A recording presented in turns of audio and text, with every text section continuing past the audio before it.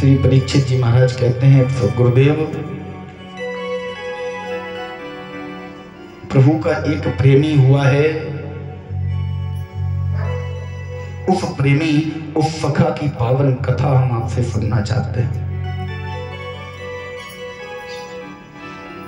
रमणीक स्थल, रमणीक रेत में बैठकर गंगा मैया के पावन तट पर व्यास नंदन सुखदेव जी महाराज कहते हैं, राजन, प्रभु ने आज तक कोई मित्र नहीं बनाया, कोई दोस्त नहीं बनाया। पूरे वृंदावन बिहारी ने जब भी बनाए तो सखा बनाए, जब भी बनाए तब सखा बनाए। सखा में और मित्र में बहुत बड़ा अंतर है। बड़ा सुंदर श्लोक लिखा है, कृष्ण स्यासीत सखा कश्चिद ब्राह्मणो ब्रह्मवेत्तमः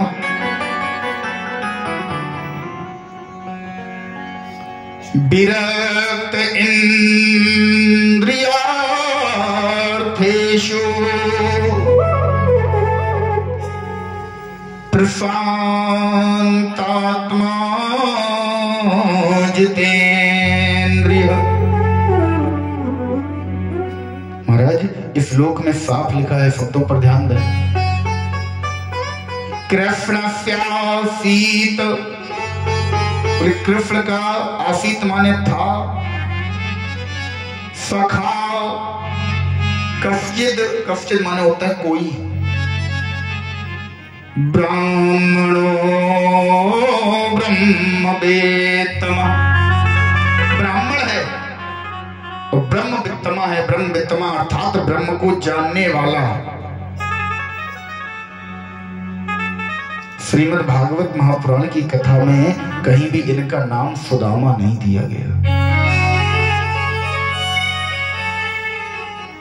केवल इतना बताया गया सखा कश्चित, कोई एक सखा था।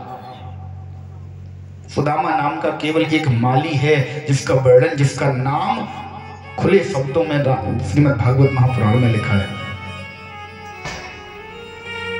ये सखा जो है, ये सखा है कैसा महाराज? बोले विरक्त इंद्रियार्थेषु,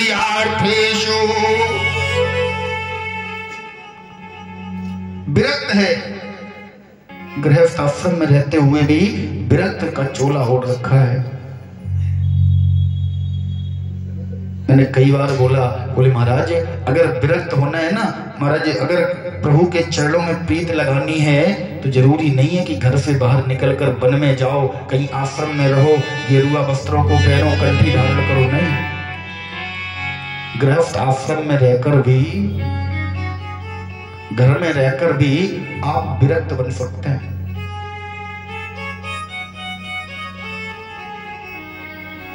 घर में रहकर भी आप सांसारिक भोगों का त्याग करके, सांसारिक भोगों की जो आवश्यकता है उनका केवल उन्हें अपना कर, जरूरी नहीं है कि आप घर का त्याग करके जाएं तभी आप विरक्त हों। देखो, दो बातें होती हैं हमारे ब्रज में, बोलते हैं एक बाबा बनना और एक बाबा होना। साधु बनना और साधु होना। तो साधु बनना सरल है, साधु कोई भी बन सकता है।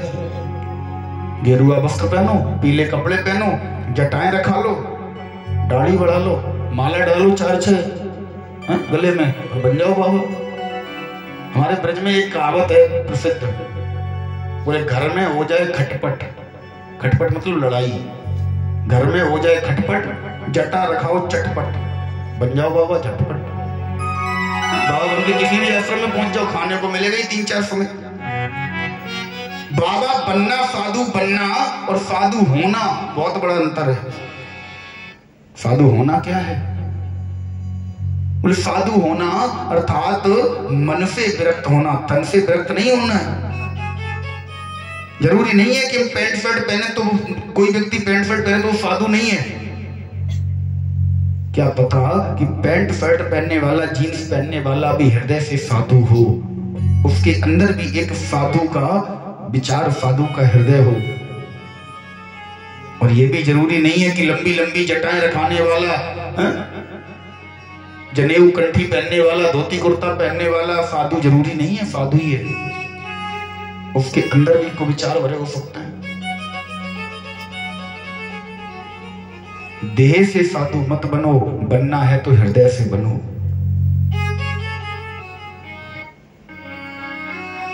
महाराज सुदामा जी गृहस्थ आश्रम में एक बात और बताएं। अपने यहाँ दो आश्रम प्रचलित हैं, एक गृहस्थ आश्रम, एक संन्यास आश्रम, अर्थात एक विरक्त और एक गृहस्थ। इन दोनों आश्रमों में, इन दोनों पथों में कौन बड़ा है? किसे बड़ा मानते हैं आप लोग? गृहस्थ आश्रम सबसे बड़ा है। क्यों? अच्छा एक बात बताओ, बिल्कुल साधारण। दो ड्राइवर हैं, दोनों के पास एक एक गाड़ी है, दोनों को एक ही रास्ते से, मतलब दोनों की मंजिल एक है। एक ड्राइवर जिससे कहा गया कि तुम बाईपास से होकर निकल जाओ, और एक ड्राइवर जिससे कहा गया तुम बाजार में घुसकर जाओगे। दोनों को पहुंचना एक ही जगह पर है।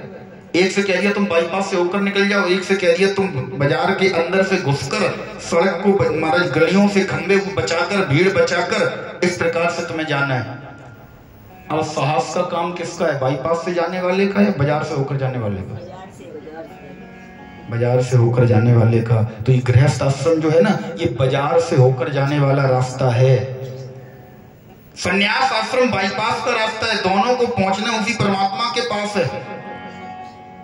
हम आपको भी परमात्मा के पास पहुंचना है, साधुओं को भी परमात्मा के पास पहुंचना है। साधु बाईपास से होकर जा रहे हैं तो उनका कोई साहस नहीं है, वो कोई बड़ा काम नहीं कर रहे। हम आप परिवार के झंझटों से, माता पिता की सेवा, बच्चों की देखरेख, सारे घरों का पूरा मेंटेनेंस, सब कुछ झंझटों से बचते बचाते भी वही पहुंच रहे हैं। अगर फिर भी आप वहां पहुंच रहे हो तो आपसे ज्यादा साहस का कार्य किसी का नहीं है। आप बाजार के रास्ते से होकर जा रहे हैं, आप साहसी कार्य कर रहे हैं। गृहस्थ आश्रम बड़ा है। संन्यास आश्रम में कोई झंझट ही नहीं है, न माता पिता की सेवा, न घर का कोई खर्चा, न घर की कोई हाय हाय, न किलकिल, कोई मतलब नहीं, कोई झंझट नहीं। उस दिन रात केवल एक ही काम, राम राम जपना और पराया माल अपना। दूसरे के घर का माल खाने के लिए अपना राम राम जपना। उनका कोई साहसी कार्य नहीं है, कोई भी कर लेगा। हाँ, एक बार उस आश्रम तक पहुंचना ये साहस का कार्य है। बाईपास तक पहुंचना ये साहस का कार्य है। वहां तक हर कोई व्यक्ति पहुंच नहीं पाता। हर कोई व्यक्ति मोह माया का त्याग करके संन्यास धारण कर नहीं सकता। बाईपास से जाने वाला ड्राइवर बनना है ना, तो उस सीट तक बैठना ये साहस का कार्य है। उस सीट पर बैठ जाने के बाद मंजिल पर पहुंचना ये कोई साहस का कार्य नहीं है। महाराज हमारे जो एक बार एक संत भगवान गली से होकर जा रहे थे। एक व्यक्ति बैठा हुआ था, अपनी गोद में अपने बेटे का बेटा, क्या बोलते हैं आपके यहाँ, पोता, पोते को अपनी गोद में बिठाया था। संत भगवान से हाथ जोड़कर बोले प्रभु आप हमारे दरवाजे से निकल रहे हो, आप कुछ जलपान कर लो, आपके दर्शन हो गए और कुछ उपदेश हमें दे जाओ। संत भगवान ने कहा उपदेश? हम बोले हाँ, आप कुछ उपदेश दे दो हमें। संत भगवान ने देखा कि इनकी उम्र इतनी ढल चुकी है, इतनी ढल चुकी है कि अब इन्हें भगवान का भजन अब तो करना चाहिए, अब भी नहीं करेंगे तो कब करेंगे। तब तक संत भगवान जैसे ही अंदर जाने लगे, गोद में जो पोता बैठा था उसने, जिसका था, आपके यहाँ दादा बोलते हैं, हमारे यहाँ बाबा बोलते हैं, बाबा, उस पोते ने कहा बाबा। जैसे ही बाबा शब्द कहा संत भगवान तुरंत बोल पड़े, बोले भैया आप हमसे कह रहे हो, हम तुम्हें उपदेश दे दें?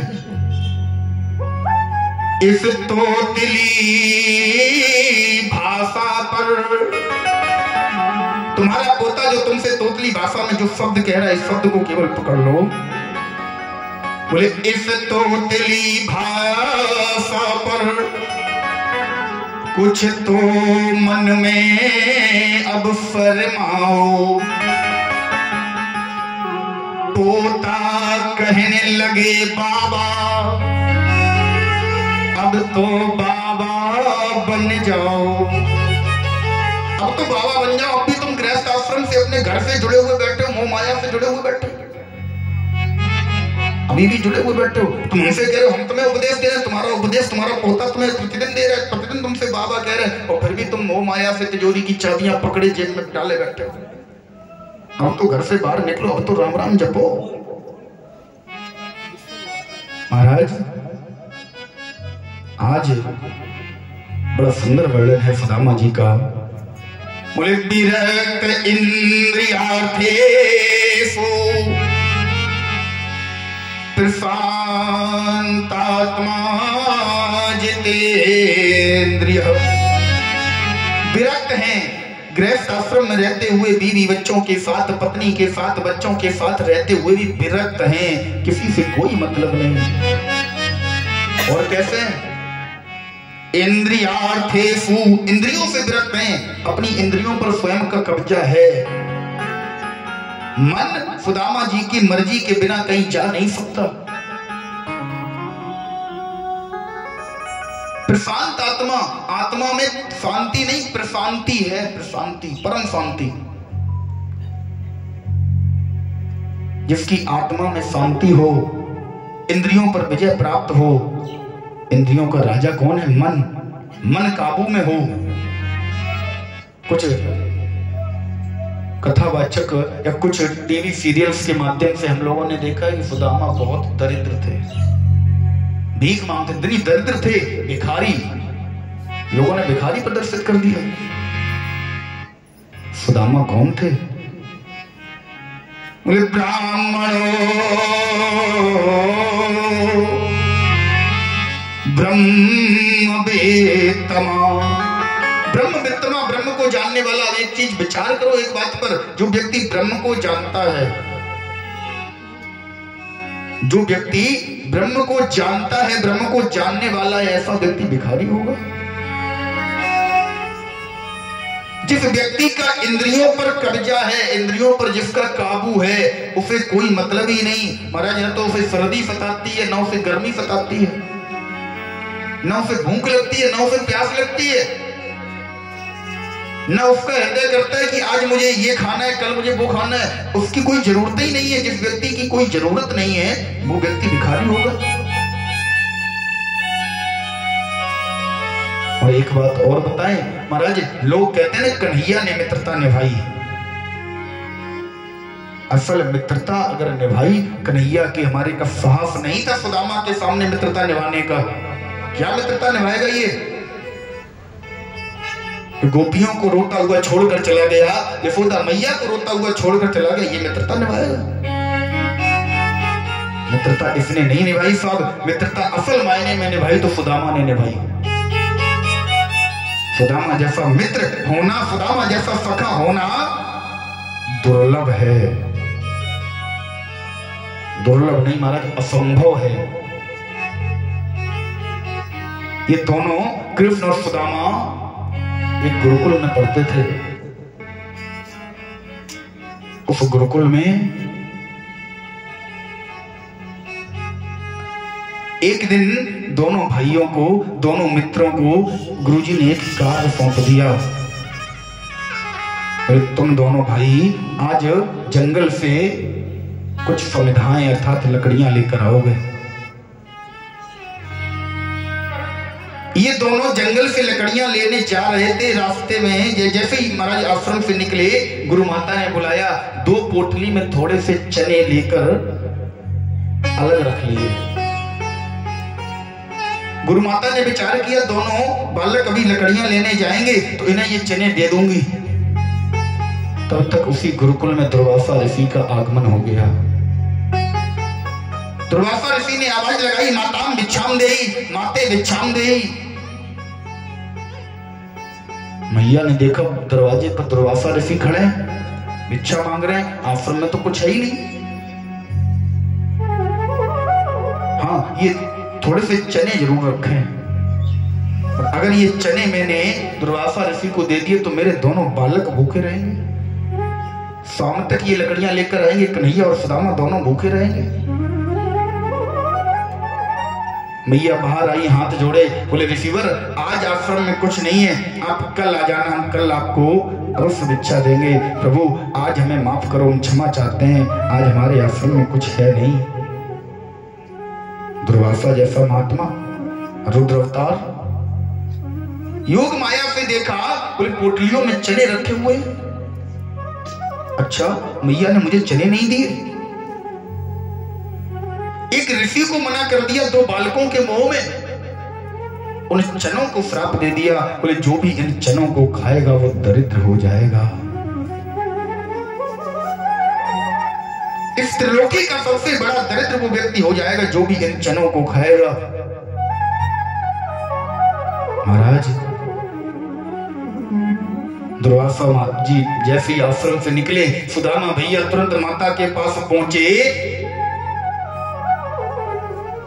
माता ने कहा, सुदामा तुम और कन्हैया मैंने सुना है आज समधा लेने जा रहे हो, तुम्हारा कार्य समधा को लाने का है। एक काम करो, और तो आश्रम में कुछ है नहीं, ये चने मैंने दो पोटलियां बना रखी हैं, एक कन्हैया की है, एक तुम्हारी है, तुम दोनों इन चनों को प्रेम से पा लेना।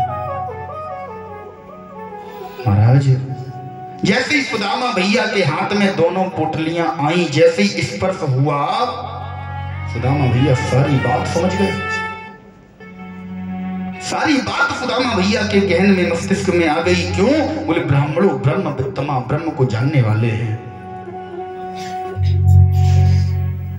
सुदामा भैया ने जैसे ही देखा, मन में विचार किया, अच्छा हुआ ये चने सबसे पहले मैं आ गया, मुझे मिल गए। अगर ये कन्हैया आ जाता तो कन्हैया इन चनों का स्पर्श करते ही कन्हैया भी समझ जाता, तो कन्हैया ये चने मुझे नहीं खाने देता। क्यों? कन्हैया मेरा सखा है, कन्हैया ये चने मुझे खाने नहीं देता, मैं आ गया, ये बहुत अच्छा हुआ। हे विधाता तूने बहुत अच्छा किया। लेकिन महाराज जो विधाता को करना है ना, वो विधाता करके ही मानेगा। रामचरितमानस में भी लिखा है, जिस समय भरत जी लौट कर आए प्रभु से, महाराज वशिष्ठ जी से पूछा, वशिष्ठ जी आपके रहते, आप ब्रह्मा जी के पुत्र हैं, आपके रहते मेरे पिताजी का मरण हो गया, भैया वन को चले गए। वशिष्ठ जी ने कहा, सुनहु भरत भावी प्रबल, बिलख कहो मुनिनाथ, हानि लाभ जीवन मरण, जसो अपजसो विधिहास। हानि लाभ जीवन मरण यश अपयश, ये 6 चीजें विधाता ने स्वयं किसी को नहीं दी, अपने हाथ में रखी हैं। जो घटना जिस समय पर जहां जैसे होनी है वो होकर रहेगी, कोई टाल ही नहीं सकता, कोई मना नहीं कर सकता।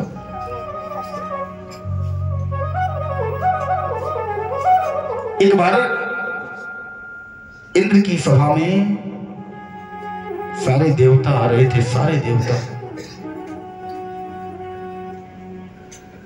इंद्र के पास एक बड़ा सुंदर पक्षी था।